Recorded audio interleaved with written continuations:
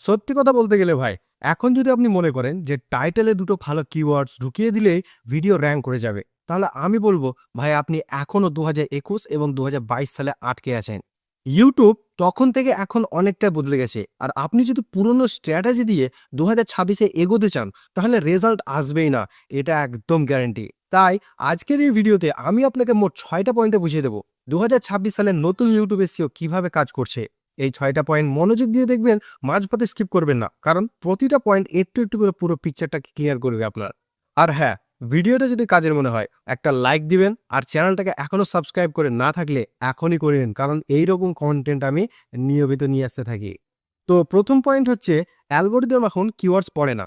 এটা একটু মাথায় ঢুকিয়ে নিন। YouTube কখনো তাদের অ্যালগরিদম পুরোপুরি ডিসক্লোজ করে না।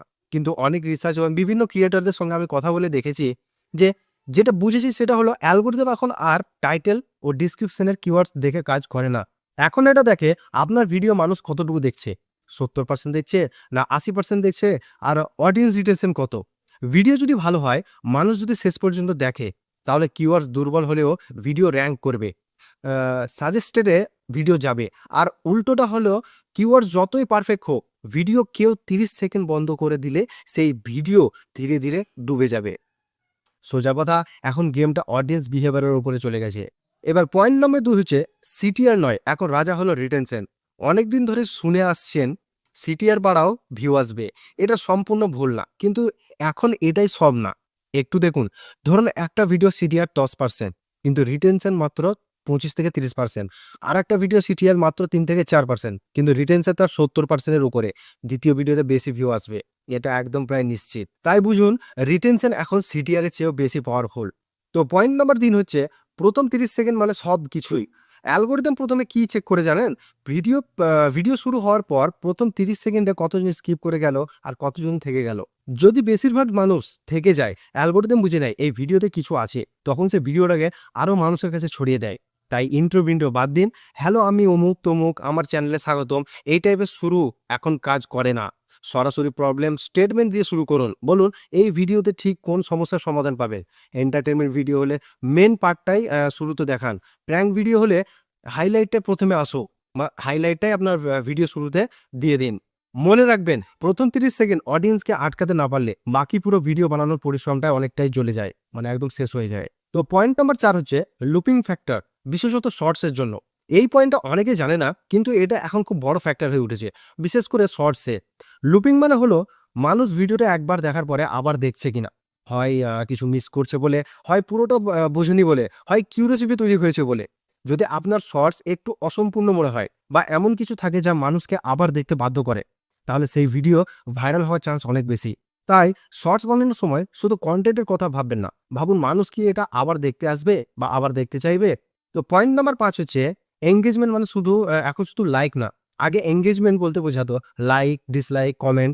এখন এটা আরো গভীরে চলে গেছে।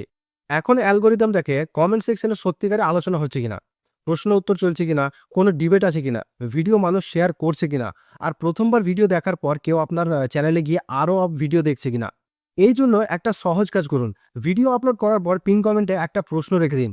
এমন প্রশ্ন যার উত্তর দিতে মানুষ আগ্রহী হবে। আর ভিডিও আপলোডের আধ ঘন্টা বা ১ ঘন্টার মধ্যে সেই কমেন্টগুলোর রিপ্লাই দিন।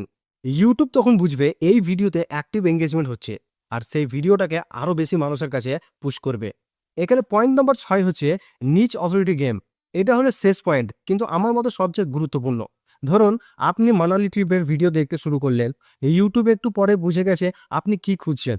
তখন সে আপনাকে এমন একটা ক্রিয়েটরের ভিডিও দেখাবে যাদের মানালি নিয়ে কনটেন্ট আছে। চ্যানেলের সাবস্ক্রাইব কম হোক বা বেশি, সেটা ম্যাটার করে না এখন।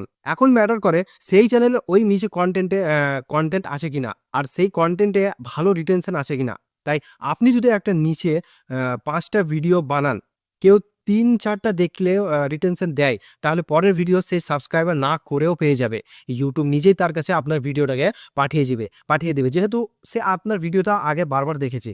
কিন্তু যদি আজকে ফিটনেস, কালকে রান্না, পরশু ট্রাভেল, এভাবে র‍্যান্ডম কনটেন্ট দেন, তাহলে ইউটিউব বুঝতেই পারবে না আপনার চ্যানেলটা কার জন্য। ফলে কাউকেই রিকমেন্ডেড করবে না। এই একটাই নিশ, ফোকাস কনটেন্ট, এটাই এখনকার গেম। তাহলে সব মিলিয়ে বলতে গেলে ইউটিউব এসইও ২০২৬ আসলে হিউম্যান সাইকোলজির খেলা। অ্যালগরিদম এখন মানুষের মতো কাজ করে ভাবে। সে দেখে মানুষ কি সত্যিই কনটেন্টের উপভোগ করছে? আপনি যদি সেটা নিশ্চিত করতে পারেন, বাকি সব এমনিতেই এসে যাবে। কোনো প্রশ্ন থাকলে নিচে কমেন্টে জানান, আমি রিপ্লাই করব। আর দেখা হবে পরের ভিডিওতে নতুন কোনো টপিক নিয়ে। ততক্ষণ পর্যন্ত ভালো থাকুন, সুস্থ থাকুন।